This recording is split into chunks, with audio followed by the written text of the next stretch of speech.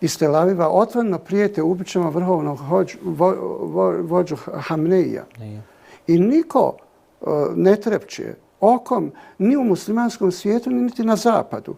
Da je to neko iz muslimanskog svijeta rekao ubićemo, ne znam, Trumpa, ne bi sabah dočekao.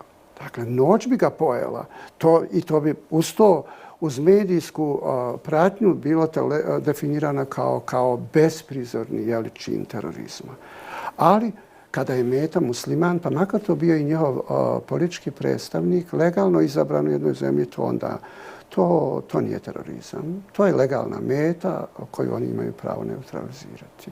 Dakle, zašto Egipat ima takav odnos? Zato baš iz istih razloga iz kojih i trojka radi to što radi. Vidite da oni iznevjeravaju državu.